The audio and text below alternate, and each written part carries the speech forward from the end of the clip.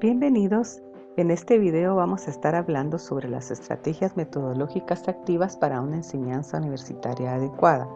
Recordemos primero que una estrategia didáctica va a estar compuesta siempre de todos los componentes que los métodos nos proveen y se relaciona directamente con hacer efectivas las técnicas y los procedimientos para lograr resultados atractivos, resultados positivos en el aprendizaje, en donde los estudiantes están supuestos a aprender y a generar el conocimiento por ellos mismos. Entre los métodos didácticos, también llamados lógicos, vamos a encontrar 5 divisiones, las cuales están relacionadas con cómo ponemos en práctica la didáctica. El método inductivo es aquel en el que se parte del todo y de este se dirige hacia las partes. El deductivo nace de las partes y se dirige al todo. El analítico descompone el todo en sus partes.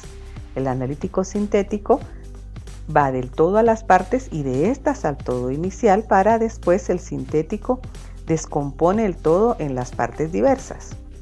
¿Cómo funciona esto? Pues bien, el inductivo, que es uno de los que vamos a estar revisando, trabaja por medio del análisis, la observación, la experimentación, la comparación, la intuición y la abstracción. Todos estos procesos permiten que los estudiantes generen el método y lo pongan en práctica. El método inductivo genera una síntesis, razonamiento, por medio de sinopsis, demostración, diagramas, también la repetición y la aplicación, finalmente los esquemas. Vamos a encontrar entonces que en el centro del aprendizaje para el docente debe de encontrarse siempre el estudiante como protagonista de todo el entorno. El docente va a manejar algunos objetivos, a plantear competencias para que el estudiante llegue a cumplirlas y a ponerlas en práctica. De esta forma, el docente adecúa las metodologías, define los métodos, la evaluación, para poder poner en práctica todo el proceso educativo con el fin de valorar y evaluar cómo el estudiante ha hecho contacto con el conocimiento. Recordemos que este tipo de interacción debe de ser abierta, debe de estar soportada por medios y recursos adecuados para que los estudiantes pongan en práctica sus habilidades o competencias. Es necesario entonces definir una estrategia adecuada en donde el estudiante sea el partícipe de su propio conocimiento y no esté siendo evaluado solamente por memoria. El docente entonces se va a preguntar: ¿cómo conseguiré que mis alumnos aprendan? ¿Por medio de qué actividades, de qué estrategias? ¿Cómo plantear esos objetivos y unirlos a la enseñanza? Mientras que el estudiante se pregunta: ¿cómo conseguiré aprobar mis cursos? De esta relación entonces van a nacer estos puntos interesantes. El docente va a estar enfocado en la enseñanza, mientras el estudiante se enfoca más en su evaluación. ¿Cómo voy a ser evaluado? Es el docente quien debe hacer una vinculación correcta y adecuada entre la enseñanza y la evaluación, porque si lógicamente el docente está manejando una educación más adecuada a los parámetros de la sociedad del siglo XXI, no pretenderá que su estudiante se evalúe solamente por memoria, sino que debe de utilizar ciertos recursos, herramientas, estrategias y didáctica específica para que estos puedan aprobar. Tenemos aquí un cuadro que nos demuestra las modalidades organizativas del aprendizaje, es decir, cómo aprenden los estudiantes. Hoy en día existen las clases presenciales y las clases en línea o a distancia. También tenemos entonces dentro de esta división de las presenciales las clases teóricas, clases prácticas, seminarios, talleres, prácticas externas y tutorías. Todas estas modalidades son expresiones de la educación presencial, en donde los estudiantes hacen contacto directo con el conocimiento a través del profesor en una interacción, y se genera en sesiones que pueden ser cada semana, cada día o de alguna otra forma. Las modalidades organizativas también pueden ser no presenciales o semipresenciales. Las no presenciales utilizan generalmente lo que se llama blended learning, y se generan a través de las plataformas educativas utilizando muchos recursos que hoy en día están a disposición del docente. El trabajo en grupo es una de las características de este tipo de clases porque permite desarrollar el autoaprendizaje en los estudiantes y hacer que se colaboren y se trabaje en un ambiente de interacción. Es necesario entonces que el docente revise el contenido y lo adecue. Nunca va a ser lo mismo un curso presencial que un curso semipresencial o bien un virtual. Las metodologías que utilizamos generalmente en las experiencias de aprendizaje van a estar relacionadas con estos referentes: el aprendizaje cooperativo, los métodos o el método de casos, el aprendizaje basado en problemas o en proyectos y en proyectos del aprendizaje activo, así como las variantes del aprendizaje en línea que pueden ser e-learning, blended learning, C-learning y muchos otros más. ¿Qué es el aprendizaje cooperativo? El aprendizaje cooperativo pretende que los estudiantes generen sus aportes de acuerdo a las habilidades que posean. Es necesario aprovechar al máximo cada una de las interacciones que ellos generen, descubriendo sus propias habilidades y poniéndolas al servicio de los demás.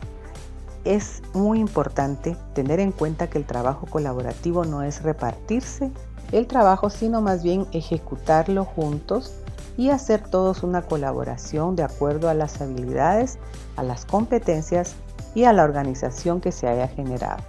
Es esencial recordar que debe de existir una interdependencia positiva entre los participantes, así como la responsabilidad en cada uno para hacer sus entregas y aportar de acuerdo a lo requerido.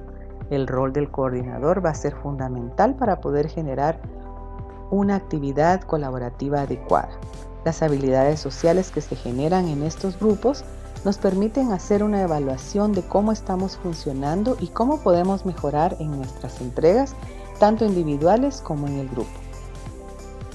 El método de caso es muy utilizado a nivel universitario porque nos permite generar en los estudiantes la información de ciertas características de un evento en el cual ellos tienen la posibilidad de reflexionar y presentar propuestas de solución. Esto permite conocer cómo los estudiantes afrontan la realidad, cómo utilizan el pensamiento crítico y analítico para aportar en soluciones adecuadas de acuerdo a la situación determinada. Su origen es desde los años 1900 y los alumnos van a tener siempre un grado de dominio sobre esta materia y lo van a demostrar por medio de la respuesta que ellos van a presentar. Recordemos entonces que el docente presenta los casos, que los estudiantes van a hacer los análisis adecuados, muchos pueden ser en línea, otros en sesiones presenciales, y se van a ir anotando los hechos para que entre todo el grupo se llegue a una conclusión y se pueda respaldar y analizar cuál es la mejor solución. El aprendizaje basado en problemas es necesario y es muy importante en las estrategias didácticas de este tiempo porque los estudiantes van a necesitar estar colaborando y trabajando en los grupos. Se generan casos también interesantes y atractivos para que ellos indaguen e integren una respuesta adecuada de acuerdo a los conocimientos previos que ellos tienen. Es muy interesante este tipo de actividades, puesto que cuando estamos en línea vamos a hacer que el ABP funcione de una manera adecuada. Este es un diagrama de los pasos más importantes que debemos tomar en cuenta cuando estamos trabajando en este tipo de proyectos. También recordemos que es necesario, si se trabaja en línea, generar las plantillas, hojas de trabajo, guías para que los estudiantes sepan en dónde tienen que colaborar y cómo deben hacerlo, qué recursos deben de adquirir y cómo ponerlos en práctica. Es necesario también evaluarlo de acuerdo a instrumentos específicos tales como rúbricas, cuestionarios, tutorías, portafolios, mapas conceptuales, y la autoevaluación en este caso es básica. También se puede generar del tutor a los estudiantes, del grupo mismo, varios grupos por pares o individualmente, buscando siempre el círculo de Deming de mejora, analizando los resultados y replanteándose nuevamente los objetivos. Se recomienda entonces evitar opiniones personales, más bien basadas en los descubrimientos que se han generado en el trabajo de grupo, considerar los casos, ver los problemas divergentes en cada uno, propiciar también el ambiente muy adecuado para discutir, tener guías de trabajo, registrar los comentarios y que queden los informes, señalando los puntos débiles de cada una de las presentaciones, tratando siempre de mantener y controlar los casos que sean verdaderos y que sean reales para que ellos puedan tener una orientación adecuada y la contextualización necesaria.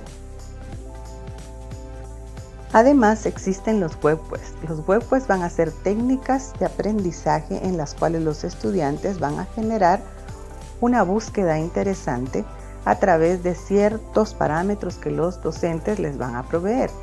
Estas actividades son investigativas y nos orientan a acceder a los recursos especialmente colocados en la web y permiten que los estudiantes utilicen sus habilidades de búsqueda y que puedan generar sus trabajos de investigación de una manera organizada, desarrollando sus habilidades cognitivas de orden superior, como lo son el análisis, la síntesis, para luego evaluarse y entregar los resultados proponiéndolos generalmente en una página web. Estos recursos generalmente son gratis y existe una gran variedad en la web. Aquí está una estructura de ejemplo de un webquest y permite que los estudiantes entonces tengan una organización adecuada en su tarea. Tienen una introducción en la cual los docentes van a plantear una actividad, una pregunta investigativa que los guiará, luego una tarea o varias tareas en las que ellos deben de realizar lo que se les indica por medio de la investigación en el proceso específico de especificar cómo se realiza la tarea. Usualmente estos recursos están colgados en algunas páginas de internet. La evaluación va a ser plasmada en cómo los estudiantes van a desarrollar la investigación y cómo van a hacer la presentación de sus resultados, generalmente por medio de una página web, y generan una conclusión que fomente en los estudiantes la reflexión. Es necesario entonces que el docente tenga preparada una guía didáctica en la cual los estudiantes puedan confiar para seguir este proceso. Aquí tenemos una lista de los procesos y técnicas utilizados para la enseñanza. Si bien es cierto, los procesos van a ser las operaciones mentales que nos lleven a aprender, por medio de todos estos ejemplos, vamos a tener las actividades que son las acciones o tareas por medio de las cuales los estudiantes pueden aprender. Aquí hay algunos de los ejemplos de los muchos que hay. Recordemos también que las técnicas van a ser utilizadas como herramientas específicas para poder encontrar cuáles son las soluciones a los problemas propuestos. El trabajo entonces puede ser algún mapa conceptual. Aquí tenemos una revisión de algunas de estas técnicas. Una de ellas es la utilización de los mapas conceptuales o mentales, que nos van a ayudar a comprender de manera significativa y no memorísticamente los contenidos y los conceptos. Los estudiantes entonces van a generar el mapa mental de acuerdo a la organización que los docentes les van a proveer, estructurando el conocimiento y elaborando entonces las conexiones adecuadas. Se pretende fomentar la reflexión, el análisis y la creatividad. Es un ejemplo de los mapas conceptuales en los cuales existen los verbos y adverbios que van a unir los conceptos. Los mapas mentales unen ideas generales. Aquí tenemos otras técnicas para recordar y para aplicar con los estudiantes cuando estamos editando y planeando un curso para ellos. Al final dejo unas referencias para que puedan verificar el contenido y los animo a utilizar las técnicas, la didáctica, los procesos, la metodología de manera que los estudiantes se vuelvan críticos y analíticos. Muchas gracias.